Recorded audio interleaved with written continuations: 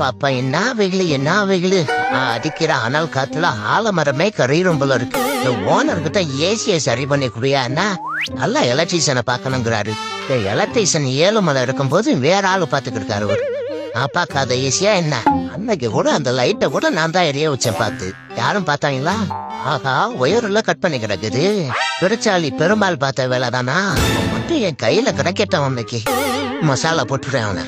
நாளைக்கு ஒரு அவுட்டிங் போல காசு தேவைப்படுது. அம்மா ஹெல்ப் பண்ற மாதிரி நடிப்போம். பாத்திரத்துல கழுவோம். மம்மி நீ ஏன் மம்மி கஷ்டப்பட்டு கழுவுறேன்? இப்ப உன் கையில ஐயமா இருக்கு. வேற பாத்திரம் வந்து அட்டுருவோம். மீனை கழுவுறேன்.